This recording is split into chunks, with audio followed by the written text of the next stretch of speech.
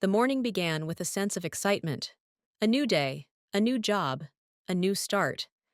I stood in front of the mirror, studying my reflection. A cream-colored blouse that accentuated my figure, and a pencil skirt seemed like the perfect choice for the first day. I knew it was important to make a good impression, yet I couldn't shake off the feeling of nervousness. Jackson, my boyfriend, was as supportive as ever.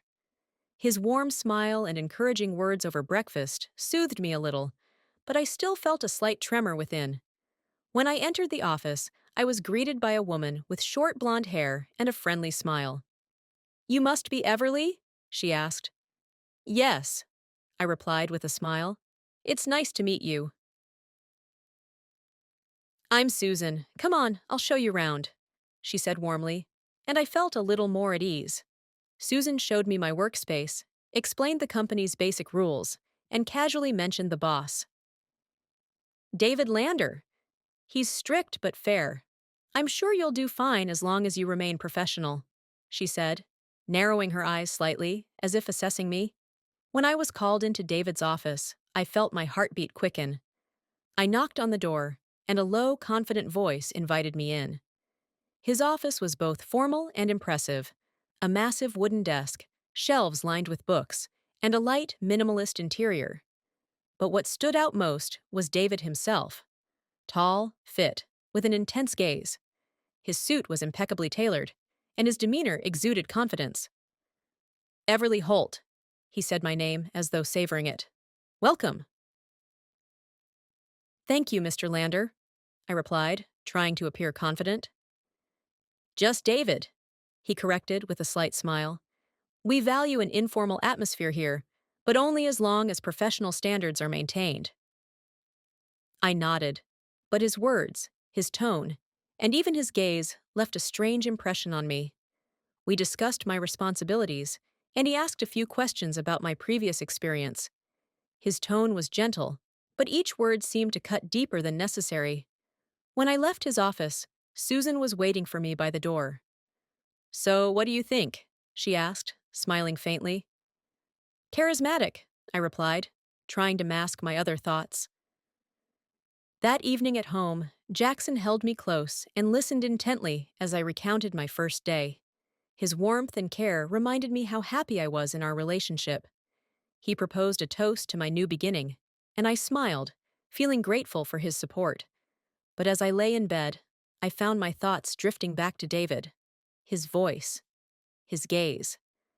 I tried to convince myself it was just a typical professional impression. Yet deep down, I already knew. This day marked the beginning of something far greater than just a new job. The morning started off as ordinary, but a faint tension hung in the air. It was only my second day at the company, yet I couldn't shake the feeling of being under a microscope. When Susan approached me holding a note, I felt a wave of unease wash over me. "This is from David. He wants you to accompany him to a client meeting," she said, her voice casual, though I caught a spark of interest in her eyes. "Today?" I glanced at the clock. There was less than an hour until the meeting. "Yes. He'll be waiting for you downstairs in 20 minutes. This is a great opportunity to prove yourself, so good luck," she added with a wink, before leaving me alone with my thoughts. I quickly gathered everything I needed and stole one last glance at my reflection in the mirror. The black blazer added a sense of confidence, though the faint worry still lingered. David was waiting by the car, looking as if he had just stepped off the cover of a business magazine. I tried to steady myself, hoping not to betray my nerves. "Right on time," he said, opening the car door and gesturing for me to get in. "Of course," I replied with a strained smile, attempting to mask the tremor in my voice. The drive began in silence. I could sense his focus on the documents in his hands, though occasionally his gaze lingered on me for just a moment too long. "First time at a client meeting?" he asked, setting the papers aside. "Yes. I hope I can meet expectations," I said, trying to keep any insecurity from showing. "Confidence is key. Clients can always sense your energy," he replied gently, though there was an undertone of something more than simple mentorship. The meeting didn't go as I had expected. The client, a man in his 50s with a self-satisfied smirk, seemed far more interested in me than the business at hand. "Ms. Holt, you're undoubtedly a bright addition to your company," he said, leaning in slightly. "But I imagine your talents extend beyond just analytics?" My cheeks burned with embarrassment, and I struggled to find an appropriate response to his inappropriate remark. "We're here to discuss business." David's voice cut through the tension, cold and firm. The client faltered, but I could see that David was barely containing his anger. His gaze was sharp, almost threatening. When the meeting finally ended, I let out a sigh of relief. As we walked back to the car, the silence between us was heavier than before. "Thank you for standing up for me," I said, breaking the quiet. "It's my responsibility," he replied, though his voice held a trace of sincerity. "But situations like that can be unpleasant, especially for newcomers." I nodded, sensing he understood more than he let on. "Do you always protect your employees like that?" I tried to lighten the mood, but his serious look caught me off guard. "Only the ones who deserve it," he said softly, and something about the way he spoke made my heart race. On the drive back, he suddenly suggested a stop. We pulled up at a small roadside cafe. Over cups of coffee, we sat at a tiny table by the window. His demeanor was calm, yet I could feel an unspoken tension building between us. "You're ambitious," he said suddenly, studying me over the rim of his cup. "It's clear from the start, but you're not afraid of risk." "Do you always analyze people like that?" I asked with a smile, though my words betrayed a faint tremor. He didn't answer, just smiled faintly before looking away. Back in the car, the silence was almost palpable. I could feel his gaze on me again, and this time it was more than just a look. It felt like an invitation. "Everly," he said, my name laced with something unspoken.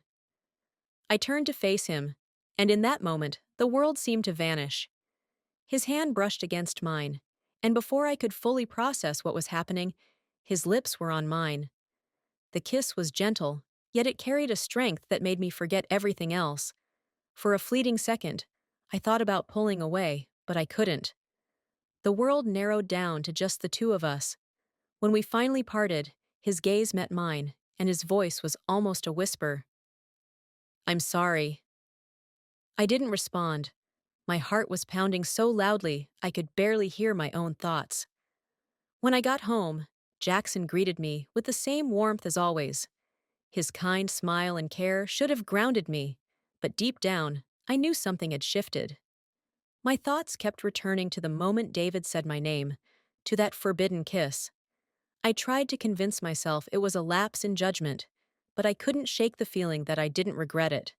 The next day, I walked into the office with a distinct sense that everything around me had changed. My desk was on the way to David's office, and now I could almost physically feel his presence behind those massive wooden doors. My thoughts stubbornly returned to that moment in the car, to his touch and his kiss. I tried to focus on work, but my mind kept wandering. It seemed even the most routine tasks were now imbued with hidden meaning. His voice, his gaze, even the scent of his cologne seemed to linger on me like invisible traces I couldn't erase. When he walked past, I looked up and our eyes met. It was only a moment, but it lasted longer than it should have. A faint electric current ran through my body. He hesitated for a second, then nodded and continued on his way. I tried to regain my composure, but I knew these fleeting glances wouldn't go unnoticed by others. So, I heard Susan's voice a couple of hours later. She perched on the edge of my desk, tilting her head slightly as if trying to solve a puzzle. "What?" I looked up at her, striving to appear as calm as possible. "You and David," she smiled knowingly. "Something interesting going on?" My heart skipped a beat. "What are you talking about?" I laughed, but I could feel the telltale blush creeping up my cheeks. "Just an observation," she said, squinting. "The way you two look at each other. It's something. I feigned amusement, though inside I was boiling. If Susan had noticed, then others could too. That thought sent a ripple of panic through me. When I got home, Jackson was already cooking dinner. The aroma of garlic and herbs filled the kitchen, but instead of the usual warmth, I felt an odd tension. Hey, he said, kissing me on the cheek. How was your day? Good. I set my bag down and tried to smile. You look tired, he observed, turning off the stove.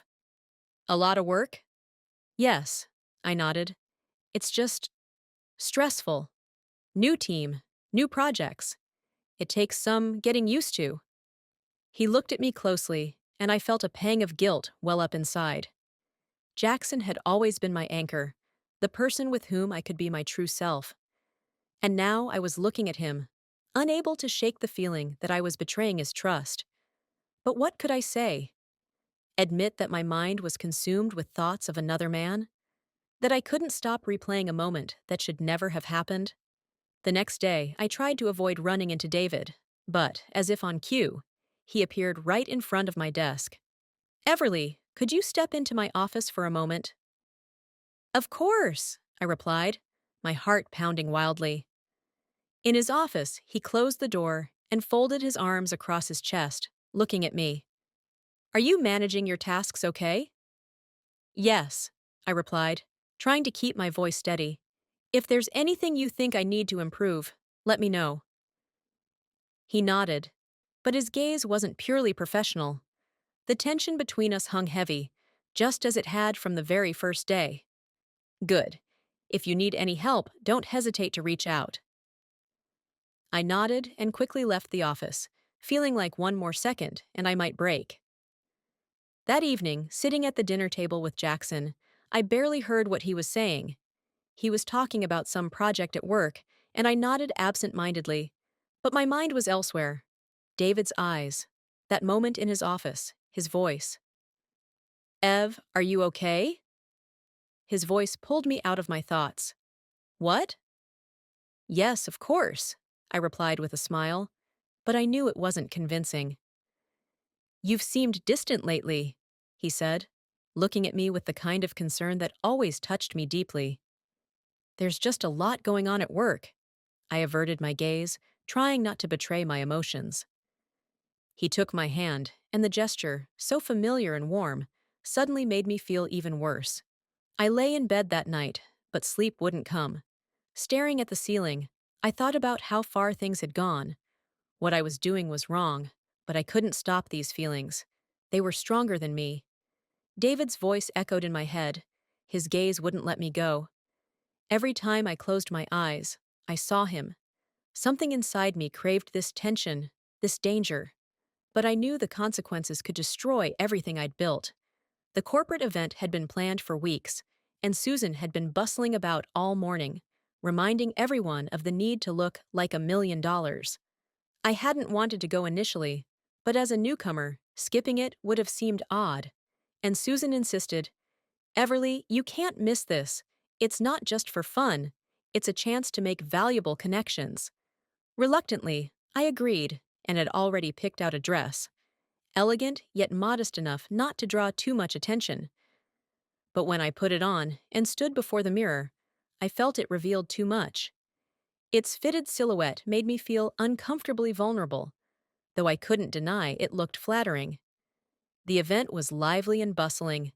Colleagues chatted in small groups, holding glasses of champagne, laughing. The music played softly in the background, creating an easygoing atmosphere.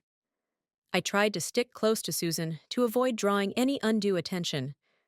David arrived later, and his presence seemed to shift the entire room's energy. He wore a black suit with a perfectly tied tie, and his confident stride made people fall silent as he passed. My first instinct was to avoid his gaze, but that proved impossible. He found me, and that brief, fleeting moment, barely noticeable to others, left me breathless. After some time, I felt his hand on my shoulder. Everly, could I have a moment of your time? His voice was calm, but there was something in it that made me forget how to breathe. Of course, I managed, though my heart was racing. He led me to a smaller room adjacent to the main hall, where it was quieter, almost empty.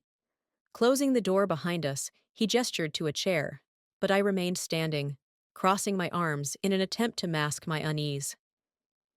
You've integrated well into the team, he began, his gaze fixed on me.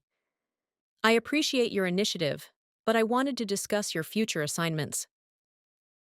His words sounded professional, but his tone and eyes conveyed something entirely different. I tried to focus on the conversation, but the tension between us was palpable. I always strive to be helpful, I said, trying to sound confident. Helpful? He repeated the word with a slight smile, his eyes traveling from my face to my shoulders and lower. You do more than just manage. His words hung in the air, and at that moment, I felt the invisible line between professional and personal blur beyond recognition. Why did you bring me here? I asked, my voice barely above a whisper. He stepped closer, and I couldn't step back. Because I can't stop thinking about you, he said softly, but his words struck louder than any noise at the party. His hand barely grazed mine, and the next moment he leaned in and kissed me. This kiss was more deliberate than the first, with no hesitation. My body responded faster than my mind could find a reason to stop. Footsteps outside the door made us pull apart abruptly. The door cracked open, and I saw Susan's face. She quickly pretended to be looking for someone else, but I knew she'd seen more than she should have. We should go back, I said quickly, feeling my face flush. David adjusted his tie, his gaze still on me, but he said nothing. His calmness only deepened my inner turmoil. When I returned to the main hall, Susan was waiting by the snack table. Her smile was strained, and her gaze far too scrutinizing. Everything okay? She asked, sipping champagne. Of course, I replied, trying to appear casual. Are you sure? You look a little flustered. Her tone was friendly, but there was a hint of suspicion. I laughed it off, but I knew she suspected something. That thought gnawed at me for the rest of the evening. When I got home, Jackson was already asleep. I quietly undressed and slipped into bed, trying not to wake him. But sleep eluded me. Staring at the ceiling, I replayed the evening's events in my mind. It wasn't just a mistake. It was a moment I knew I would want to repeat. But now I couldn't shake the thought. Who else might have noticed? And what would happen if everything came to light? The workday was nearing its end when I received a message from David. It was short and dry, but I immediately sensed there was more to it. Stay after work. We need to discuss the project. Your personal involvement is important. I stared at the screen for a long time before responding. All right. That brief exchange stirred mixed feelings within me. My rational mind insisted I should decline, that this was crossing a line. Yet something deep inside compelled me to stay. By evening, the office had emptied. People were leaving, wishing each other a good night, while I remained at my desk, trying not to look too conspicuous. When I heard his door open, I exhaled, as if bracing for the inevitable. Everly, come in, he said, standing in the doorway. His voice was gentle but firm. I stood and walked into his office, avoiding eye contact for too long. He gestured toward a table strewn with papers. This is about the new project. I need your help preparing the report. We need to finish it tonight. I nodded, sitting down silently beside him. Work began in silence. I focused on the documents, trying not to think about his presence, but it was impossible. His nearness was palpable, as if there were no space between us. You're working faster than I expected, he said, his voice tinged with a smile. I looked at him and met his gaze. It was only a moment, but I felt a tightness inside. Thank you, I'm trying my best, I replied, hoping my voice sounded steady. Do you always try this hard, or just on my projects? His words carried an undertone, and I tensed. I take all my work seriously, I said, attempting to return to the documents. but I couldn't shake the feeling of his gaze. The tension in the room was becoming unbearable. He leaned closer to point something out in the document, and I felt his breath near me. See this mistake?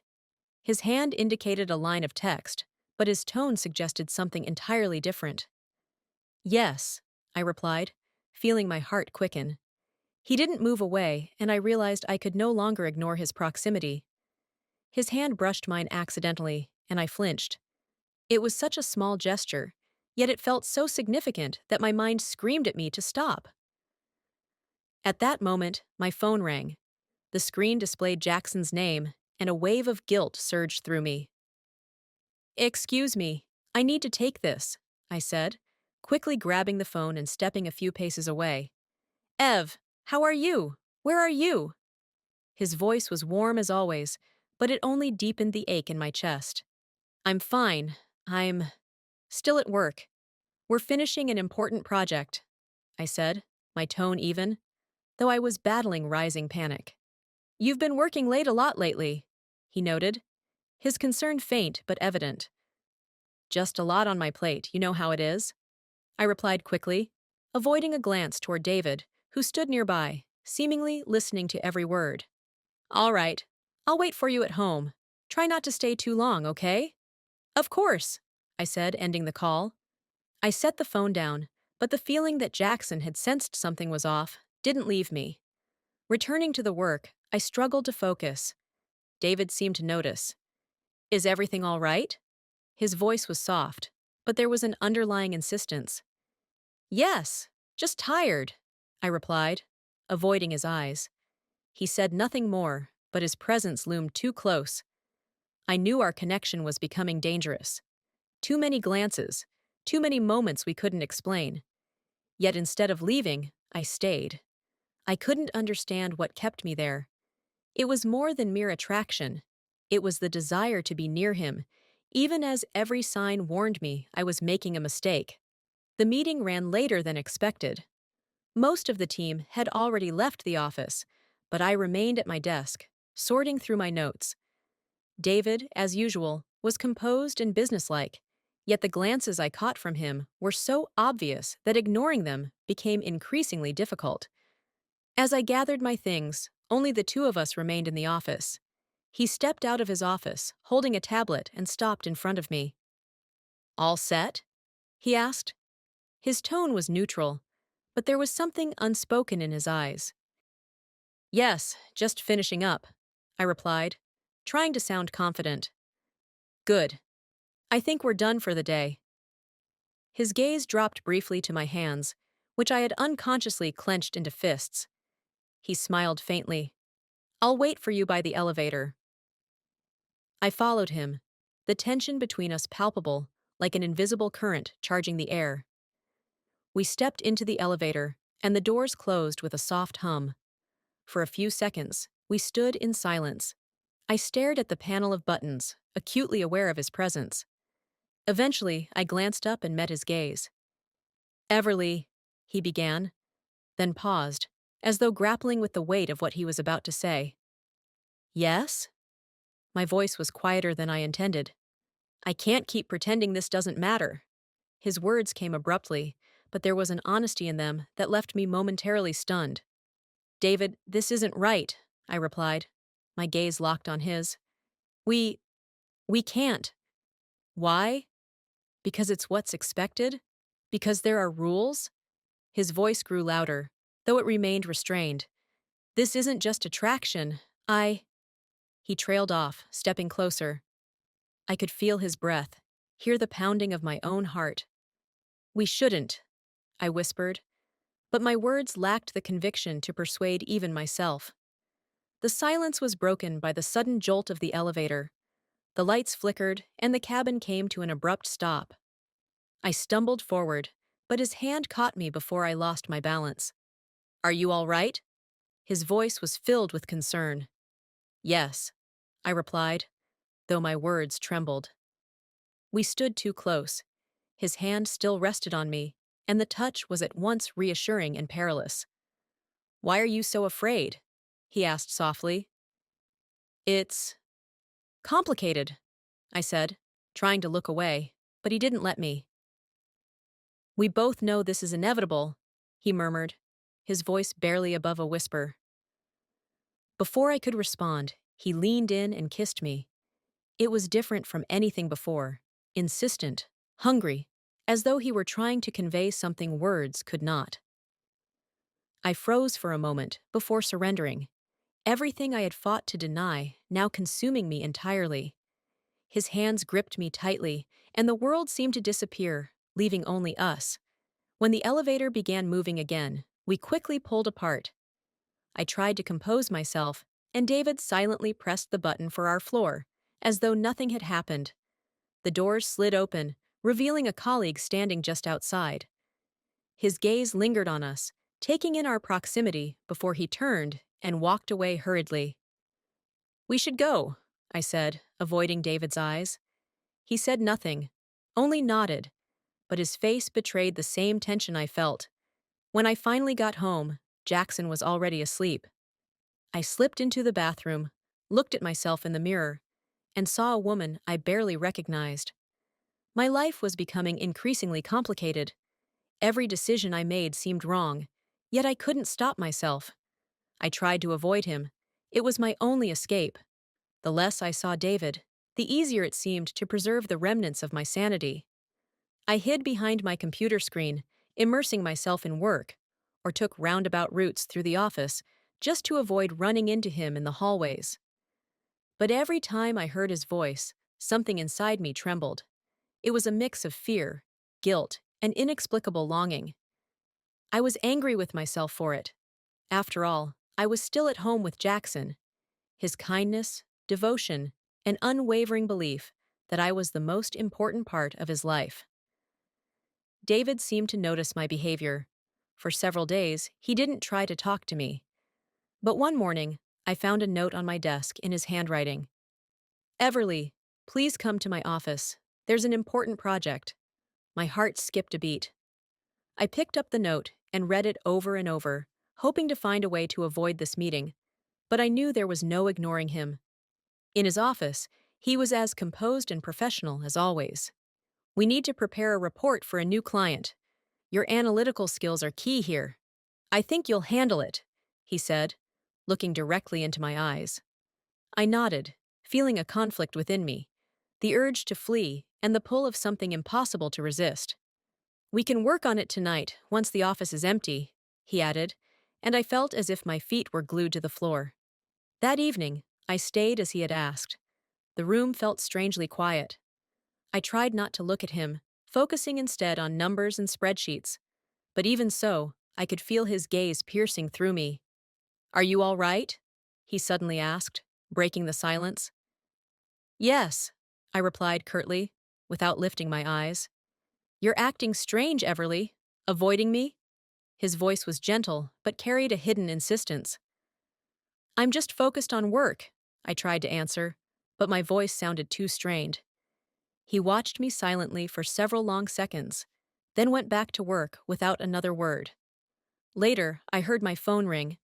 Jackson's name appeared on the screen. I froze, feeling a wave of guilt wash over me. "Hello?" My voice was tense. "Ev, where are you? It's late." His voice sounded concerned. "I'm still at the office. We're finishing up a project," I replied, trying to sound as natural as possible. "You've been working a lot lately. Is everything okay?" His question was direct, and I felt my heart clench. "Of course, everything's fine. Just a lot on my plate, that's all," I said, avoiding specifics. "All right. Don't stay too late, okay? I miss you." "I miss you too," I replied, my words catching in my throat. When I hung up, David was still at his desk, but his gaze was fixed on me. "Jackson?" he asked, though it sounded more like a statement. "Yes," I answered, unable to hide my nervousness any longer. "He doesn't know?" His voice was quiet, almost a whisper. "No," I said. Silence hung in the room. I lowered my eyes again to avoid seeing his reaction, but I could feel that he understood everything. That night, I came home later than usual. Jackson was waiting for me, sitting on the couch with his laptop. His gaze was gentle but tinged with weariness. "How was work?" he asked, looking up from the screen. "Tiring," I replied, avoiding his eyes. He nodded and stood to hug me. His embraces had always been a safe haven, but now they reminded me how far I had drifted. Lying in bed, I stared at the ceiling. My inner conflict had reached its peak.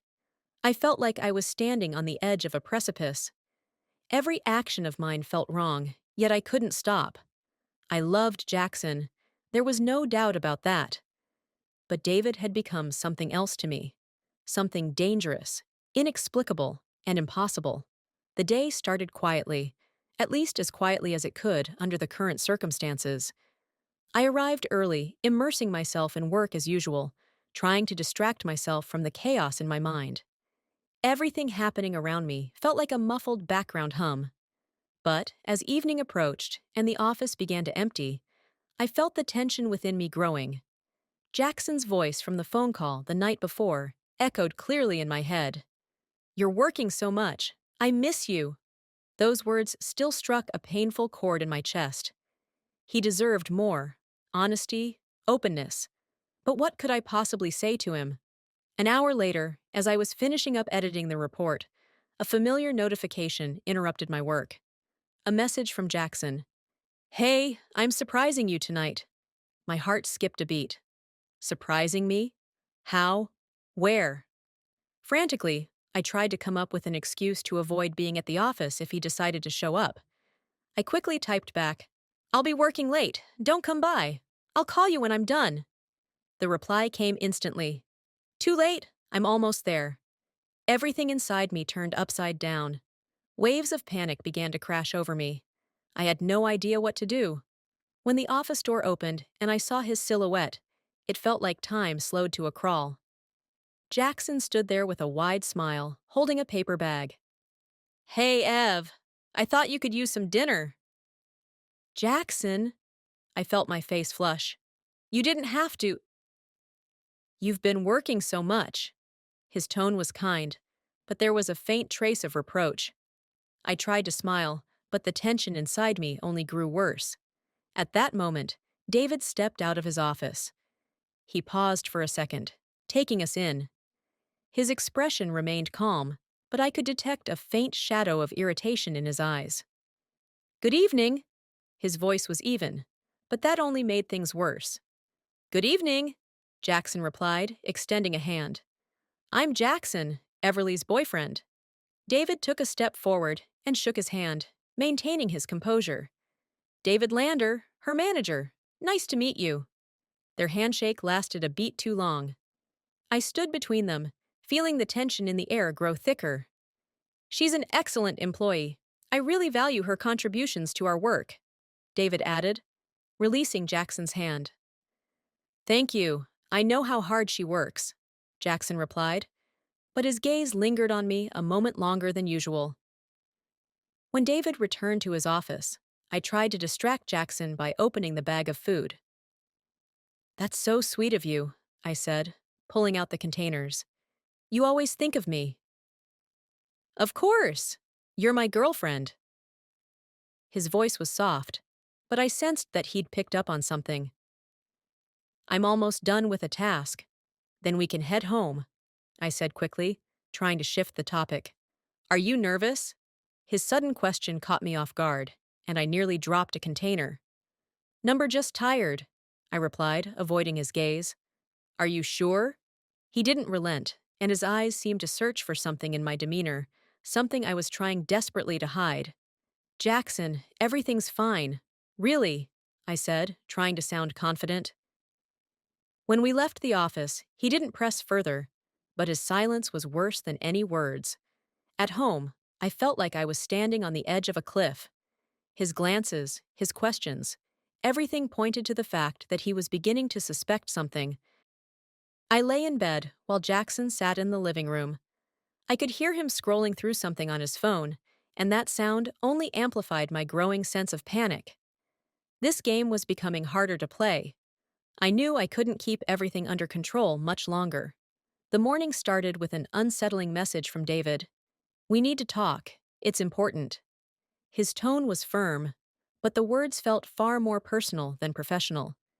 I stared at the screen for a long time, torn between the urge to ignore him and the fear of what he might say. In the end, I simply replied, "When and where?" His response came quickly, "Meet me at the restaurant after work." This is not up for discussion. All day, I felt tension coiling tightly within me. I barely spoke to my colleagues, avoided Susan's gaze, and tried not to think about what awaited me that evening. Jackson called during lunch, but his questions about when I would be home felt increasingly perceptive.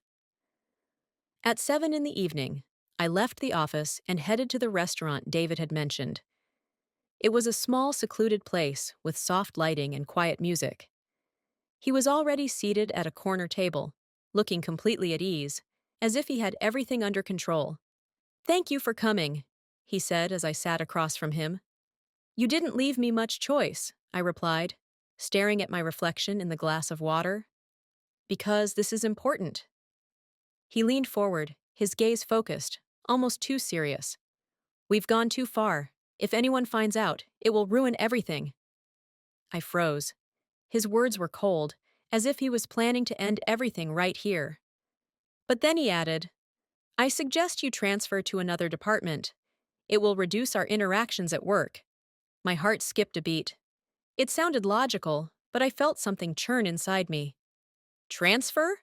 I repeated, trying to keep my emotions in check. "Do you think that will solve the problem?" "It will minimize the risks, but I—" He stopped, seemingly searching for the right words. "I don't want to lose you." His words lingered in the air. For the first time, I saw him this vulnerable. We sat in silence for a long time. I didn't know what to say. My mind was a whirlwind of thoughts about Jackson, about our home, about how things might have been different if not for these feelings I could no longer deny. "I can't just drop everything," I whispered, lowering my gaze. "I'm not asking you to drop anything." His voice was gentle, but there was a note of desperation in it. "I'm asking for one thing. Give me a chance."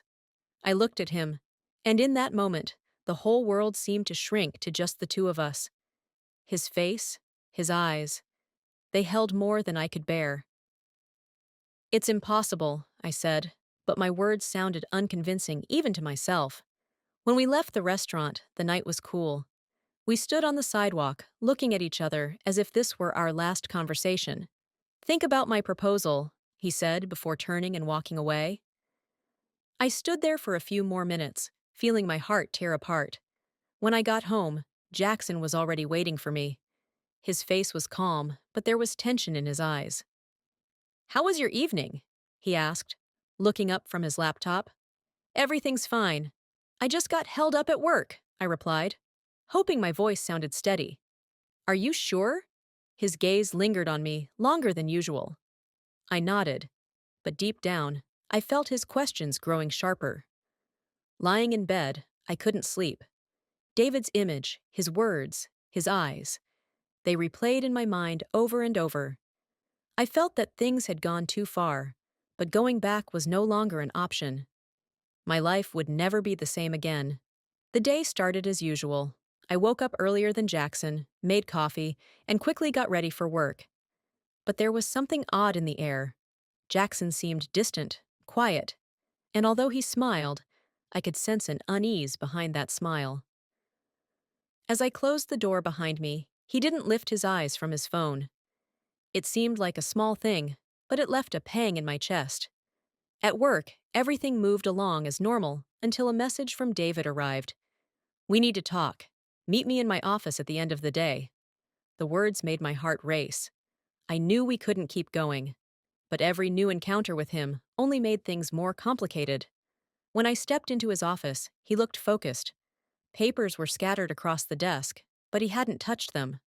"Everly," he began, avoiding my gaze, "we need to decide what we're going to do." "I know," I said, sitting down across from him. "This can't go on anymore." He looked at me intently. His gaze was heavy, filled with something words couldn't fully express. "I suggested the transfer. It's the safest option," he said. "But that's not a solution. It's just delaying the inevitable, I replied, feeling the words pour out on their own. He nodded, as if in agreement, and stood, walking over to the window. The light reflected on his face, and I noticed the tension in his jaw. I've tried to keep my distance, but it's impossible. Every time I see you, it all comes rushing back. I stood up too, unable to remain seated any longer. David, we can't. There's no future for us.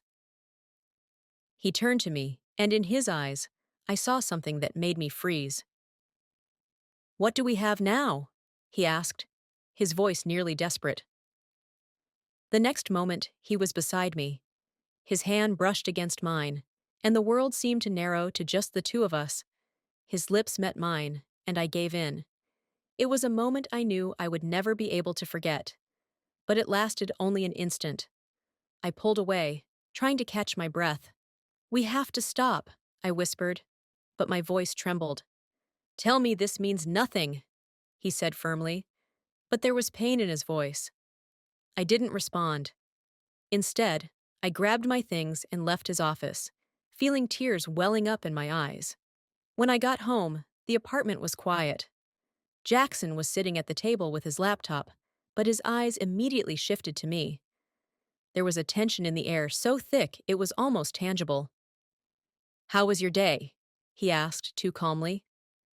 Fine, I replied, avoiding his gaze. He stood, walked over to me, and handed me his phone. The screen displayed a messaging app, open to a conversation between me and David. My heart stopped. Are you cheating on me? His voice was quiet, but it carried so much pain. I felt the ground disappear beneath my feet.